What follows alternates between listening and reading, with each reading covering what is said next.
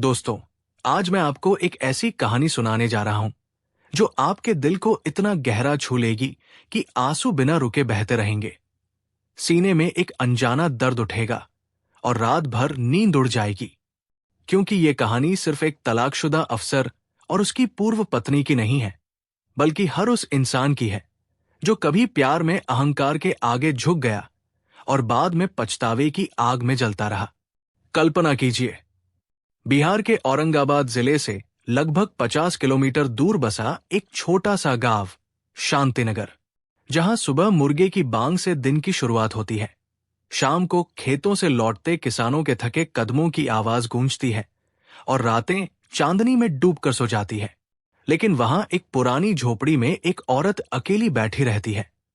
पुरानी यादों को सहलाती है, आंसू चुपचाप पोंछती है, फिर भी होठों पर हल्की मुस्कान लाती है, क्योंकि उसने जीवन से सीख लिया है कि जिंदगी कभी हार नहीं मानती। दोपहर का समय था। सूरज आसमान से आग बरसा रहा था। किसान खेतों से पसीने से तरबतर लौट रहे थे। औरतें आंगन में धान साफ कर रही थी। बच्चे मिट्टी में खेलते खेलते हंस रहे थे। तभी गांव की कच्ची सड़क पर तेज आवाज गूंजी, जैसे कोई बहुत बड़ी ताकत आ रही हो। सबने सिर उठाया तो धूल का गुबार उड़ता दिखा। कुछ ही पलों में एक काली चमचमाती सरकारी एसयूवी गांव के बीचों बीच आकर रुक गई। लाल नंबर प्लेट देखते ही सब समझ गए, कोई बहुत बड़ा अफसर आया है। ड्राइवर उतरा। उसकी वर्दी देखकर गांव वालों के दिल धड़कने लगे। सब सोचने लगे, कहीं कोई छापा तो नहीं पड़ने वाला। तभी गाड़ी का पिछला दरवाजा खुला और एक लंबा चौड़ा खाकी वर्दी में सजा हुआ आदमी बाहर निकला। कंधों पर 3 चमकते सितारे, कमर में चमकती बेल्ट, चेहरे पर सख्ती और आंखों में वो रुतबा जो देखते ही लोग सिर झुका लेते हैं। उसका नाम था विक्रम सिंह चौहान, बिहार पुलिस का मशहूर आईपीएस अफसर।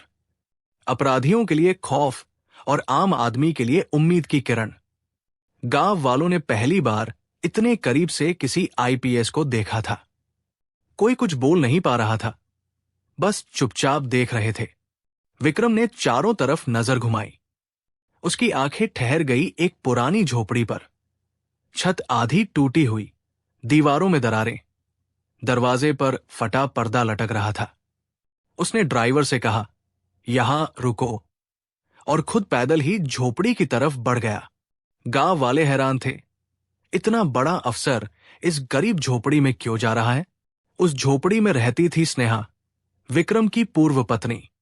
वही औरत जिसने कभी उसके सपनों पर सबसे ज्यादा भरोसा किया था। वही औरत जिसे उसने अपनी तरक्की के रास्ते में अकेला छोड़ दिया था। विक्रम झोपड़ी के सामने आकर रुक गया। वर्दी में खड़ा था, लेकिन हाथ दरवाजे पर उठ नहीं पा रहा था, क्योंकि आज वो किसी अपराधी के सामने नहीं खड़ा था। आज वो अपने अतीत के सामने खड़ा था। उसकी आंखों के सामने 5 साल पुरानी यादें घूमने लगी। वही शांतिनगर, वही कच्ची सड़क, वही झोपड़ी। लेकिन तब उसके पैरों में चमकदार जूते नहीं थे, कंधों पर सितारे नहीं थे, चेहरे पर सख्ती नहीं थी। तब वो सिर्फ विक्रम था, एक गरीब किसान का बेटा, जिसके हाथों में किताबें और आंखों में बड़े बड़े सपने थे। उसने स्नेहा को पहली बार गांव के कुएं पर देखा था। वो पानी भर रही थी। धूप में उसका चेहरा चमक रहा था, माथे पर पसीने की बूंदें, लेकिन आंखों में वो सादगी और अपनापन था जो सीधे दिल को छू जाता है। विक्रम ठिठक गया। स्नेहा ने नजर उठाई। दोनों की आंखें मिली। कोई बात नहीं हुई, लेकिन दिल ने सब कुछ कह दिया। धीरे धीरे बातें बढ़ी। विक्रम ने अपने सपने बताए। मैं आईपीएस बनना चाहता हूं। स्नेहा ने बिना हंसे, बिना डरे बस इतना कहा, बन जाओ, मैं तुम्हारे साथ हूं। यही बात विक्रम को सबसे अलग लगी। न सवाल, न शक, बस पूरा भरोसा। शादी हुई। गांव वालों ने कहा, लड़का शहर चला जाएगा, लड़की अकेली रह जाएगी। लेकिन स्नेहा ने किसी की नहीं सुनी। वो विक्रम के साथ शहर चली गई। छोटा सा कमरा, एक चारपाई, कोने में किताबों का ढेर। विक्रम रात रात भर पढ़ता। स्नेहा पास बैठी रहती, कभी चाय बनाती, कभी चुपचाप पानी रख देती, कभी थकी आंखों में हिम्मत भर देती। उसने कभी नहीं कहा, मेरे लिए समय नहीं है। जब पहली बार विक्रम परीक्षा में फेल हुआ, वो पूरी रात चुप बैठा रहा। स्नेहा ने कोई भाषण नहीं दिया, बस सुबह कहा, आज ज्यादा काम है, शाम को पढ़ना। विक्रम समझ गया, वो उसे कमजोर नहीं होने देगी। दूसरी बार भी फेल हुआ। गांव वालों ने ताने मारे। स्नेहा ने सब सुना, लेकिन कुछ नहीं बोली। तीसरी बार जब रिजल्ट आया और विक्रम का नाम लिस्ट में था, स्नेहा देर तक उस कागज को देखती रही। आंखों में खुशी के आंसू थे। उसने कहा, अब तुम अफसर बनोगे। उसकी आवाज में गर्व था, डर नहीं। पोस्टिंग के बाद सब कुछ बदल गया। बड़ा शहर, बड़ा घर, नई दुनिया। शुरू में विक्रम वैसा ही था, स्नेहा को साथ रखता, उसकी इज्जत करता। लेकिन जैसे जैसे वर्दी का वजन बढ़ा, रिश्ता हल्का होने लगा। ऑफिस की बातें घर आने लगी। मीटिंग, कॉल, फाइलें, स्नेहा वही थी, लेकिन अब वो पृष्ठभूमि बनती जा रही थी। एक दिन विक्रम ने कहा, तुम ये गांव वाले कपड़े मत पहना करो। स्नेहा चुप रही। दूसरे दिन बोला, मेरे सीनियर आते हैं, थोड़ा संभल कर रहना। स्नेहा ने सिर हिला दिया। धीरे धीरे विक्रम की झुंझलाहट बढ़ने लगी। स्नेहा की खामोशी उसे चुभने लगी। उसे लगा स्नेहा उसकी तरक्की में फिट नहीं बैठती। एक शाम पार्टी से लौटकर उसने कहा, तुम बहुत पीछे रह गई हो।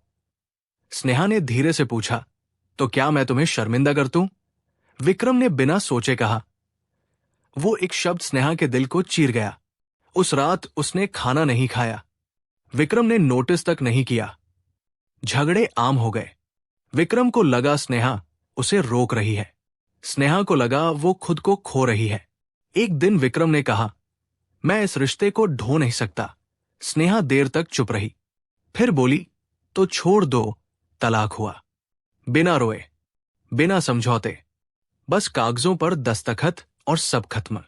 विक्रम ने सोचा, उसने सही किया। स्नेहा गांव लौट आई, बिना किसी शिकायत के।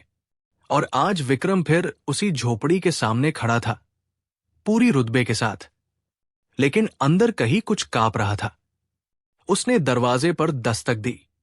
अंदर से धीमी आवाज आई, आ रही हूं। दरवाजा खुला। स्नेहा सामने खड़ी थी। वही औरत, लेकिन अब बहुत बदल गई। थोड़ी कमजोर, थोड़ी पतली, आंखों में अजीब सी शांति। उसने विक्रम को देखा, वर्दी देखी, सितारे देखे, फिर बस इतना कहा, आ गए ना। उसमें न शिकायत थी, न हैरानी, न सवाल। विक्रम ठिठक गया। उसे लगा था स्नेहा नाराज होगी, पूछेगी क्यों आए। लेकिन वो ऐसे खड़ी थी जैसे रोज देखती हो। झोपड़ी के अंदर हल्की धूप छन रही थी। मिट्टी का फर्श, पुरानी चारपाई, टूटी कुर्सी। विक्रम ने चारों तरफ देखा। वही झोपड़ी, लेकिन अब और सिमटी हुई लग रही थी। स्नेहा ने कहा, बैठिए। विक्रम कुर्सी पर बैठ गया। दोनों के बीच अजीब सी खामोशी थी। बाहर लोग इकट्ठा होने लगे। खबर फैल चुकी थी कि स्नेहा की झोपड़ी पर आईपीएस अफसर आया है। लेकिन कोई शोर नहीं, बस चुप्पी। विक्रम ने धीरे से पूछा, सब ठीक है? स्नेहा ने बाहर देखते हुए कहा, गांव अब ज्यादा बोलता नहीं। विक्रम समझ नहीं पाया। स्नेहा ने मटके से पानी निकालकर गिलास में दिया। विक्रम ने उसके हाथ देखे। वे हाथ जो कभी उसके लिए मेहनत करते थे, अब और खुरदुरे हो चुके थे। उसने पानी पिया। स्नेहा ने पूछा, आप यहां क्यों आए हैं? उसने जानबूझकर तुम की जगह आप कहा। वो शब्द विक्रम के दिल में चुभ गया। वो जवाब नहीं दे पाया। तभी बाहर खड़ी कमला चाची आगे आई और बोली, तलाक के बाद स्नेहा यहां अकेली आ गई थी। शुरू शुरू में बहुत रोती थी। रातों को हम उसकी सिसकियां सुनते थे, लेकिन किसी के सामने कुछ नहीं कहती थी। लोग तरह तरह की बातें करते थे। कोई कहता अफसर ने छोड़ दिया, कोई कहता लड़की में कमी होगी, लेकिन स्नेहा ने कभी पलटकर जवाब नहीं दिया। विक्रम का सिर झुक गया। कमला चाची आगे बोली, 6 महीने बाद स्नेहा शहर गई थी काम ढूंढने। बोली कुछ करूंगी ताकि किसी पर बोझ न बनूं। वहां एक ठेकेदार था, नाम था राकेश पांडे। बड़ा आदमी। उसने स्नेहा को देखा और पूछा, तुम वही नहीं हो, आईपीएस की बीवी? स्नेहा ने कहा, नहीं, अब मैं किसी की बीवी नहीं हूं, मुझे बस काम चाहिए। लेकिन राकेश हंस पड़ा। बोला, इतनी अकड़ किस बात की? पति का नाम ले लो, सब काम आसान हो जाएगा। स्नेहा ने साफ मना कर दिया।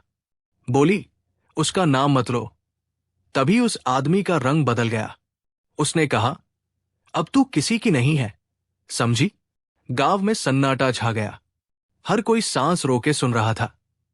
कमला चाची की आवाज कांपने लगी। उसने स्नेहा को धक्का दिया। थप्पड़ मारे। कोई बचाने नहीं आया। सब डर गए थे। स्नेहा किसी तरह भागी। रात में थाने पहुंची। शरीर पर चोटें, आंखों में डर। पुलिस ने कहा, पति को फोन करो, वो अफसर है, मामला खत्म हो जाएगा। लेकिन स्नेहा ने कहा, अब वो मेरा पति नहीं है, उसका नाम मत लो। ये सुनते ही विक्रम के आंसू गिर पड़े। उसे याद आया उसने गुस्से में कैसे कहा था, तुम मेरे लेवल के नहीं हो। कमला चाची बोली, उस रात स्नेहा गांव लौटी। बुखार में पड़ी रही। हमने पूछा क्या हुआ? बोली, बस थक गई हूं। उस दिन के बाद से स्नेहा पहले जैसी नहीं रही। पहले हंसती थी, अब बहुत कम बोलती है। विक्रम कांपती आवाज में बोला, तुमने शिकायत क्यों नहीं की? स्नेहा ने पहली बार मुंह खोला, साहब, उस दिन मैंने तय कर लिया था, अगर मैं हर रोज उसी डर में जीऊंगी तो जिंदगी कभी आगे नहीं बढ़ेगी। विक्रम ने उसकी तरफ देखा। तुमने मुझे क्यों नहीं बताया? स्नेहा बोली, आपने कभी पूछा ही नहीं। ये वाक्य विक्रम के दिल पर हथौड़े की तरह लगा। बाहर खड़े गांव वाले सब सुन रहे थे। किसी की आंखों में गुस्सा था, किसी की शर्म। कमला चाची बोली, साहब, अब हम चाहते हैं कि उस आदमी को सजा मिले। स्नेहा चुप रही। विक्रम ने उसी पल फोन निकाला। एसपी को कॉल किया। एक पुराना केस है, महिला से मारपीट, नाम राकेश पांडे, पूरी फाइल चाहिए अभी। उसकी आवाज में अफसर था, लेकिन इस बार इंसान भी था। स्नेहा ने पूछा, आप ये सब क्यों कर रहे हैं? विक्रम बोला, क्योंकि ये सिर्फ तुम्हारी कहानी नहीं, मेरी भी है। गांव में हलचल मच गई। लोग पहली बार देख रहे थे कि आईपीएस अफसर अपने ही अतीत के खिलाफ खड़ा है। उसी शाम पुलिस की जीप आई। 2 सिपाही और एक दरोगा उतरे। विक्रम ने हाथ उठाकर रोका, आज कोई सलाम नहीं, आज हम सब बराबर हैं। ये बात गांव वालों के दिल में उतर गई। दरोगा ने पुरानी फाइल निकाली, जिसमें सिर्फ 2 लाइन लिखी थी, मामूली झगड़ा, कोई सबूत नहीं। विक्रम गुस्से में बोला, इतनी बड़ी बात और तुमने मामूली लिख दिया? दरोगा घबरा गया। साहब, ऊपर से दबाव था। विक्रम सख्त आवाज में बोला, अब ऊपर से कोई दबाव नहीं चलेगा। उसी रात स्नेहा को बयान के लिए थाने बुलाया गया। गांव की 3 औरतें भी साथ गई। पहली बार कोई साथ आया था। बयान दर्ज हुआ। मेडिकल रिपोर्ट दोबारा निकाली गई। पुराने डॉक्टर को बुलाया गया, जिसने पुष्टि की कि चोटें साधारण नहीं थी। उधर शहर में राकेश पांडे को खबर मिली कि मामला फिर खुल गया।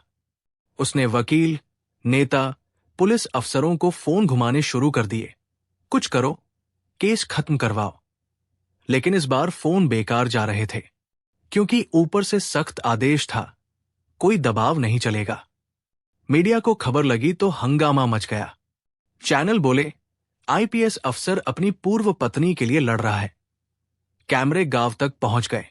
एक दिन पुलिस ने राकेश को पूछताछ के लिए बुलाया। वो सूट बूट में आया, चेहरे पर घमंड। बोला, ये सब झूठ है, ये औरत बदला ले रही है।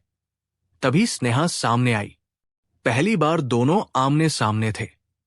स्नेहा ने उसकी आंखों में आंख डालकर कहा, ससे भाग मत, उस दिन तूने मुझे मारा था। राकेश का चेहरा उतर गया। वो पहली बार चुप हुआ। पूछताछ लंबी चली, सबूत मजबूत होते गए। आखिरकार पुलिस ने राकेश को गिरफ्तार कर लिया। हथकड़ी लगते ही उसका सारा घमंड जमीन पर गिर गया। थाने के बाहर मीडिया चिल्ला रही थी, इंसाफ मिलेगा। गांव में खबर पहुंची तो लोगों की आंखों में चमक आ गई। स्नेहा को पहली बार लगा कि सच में बदलाव आ सकता है। केस कोर्ट पहुंचा। पहली तारीख पर भारी भीड़ जमा हो गई। स्नेहा सादी साड़ी में कोर्ट पहुंची, सिर ऊंचा, आंखों में डर नहीं। उसके साथ कमला चाची और गांव की 2 औरतें थी। राकेश को हथकड़ी में लाया गया। चेहरा उतरा हुआ, लेकिन आंखों में चालाकी। कोर्ट रूम में जज बैठे। हथौड़ा बजा, मामला शुरू किया जाए। सरकारी वकील ने मजबूत तरीके से केस रखा। मेडिकल रिपोर्ट, गवाहों के बयान, चौकीदार की गवाही, सब कुछ। फिर राकेश के वकील खड़े हुए। माय लॉर्ड, ये केस बदले की भावना से भरा है। पीड़िता अफसर की पूर्व पत्नी है। उस पर दबाव डाला गया है। ये सुनते ही स्नेहा खड़ी हो गई। जज ने कहा, आप बैठिए। लेकिन स्नेहा बोली, माय लॉर्ड, मैं कुछ कहना चाहती हूं।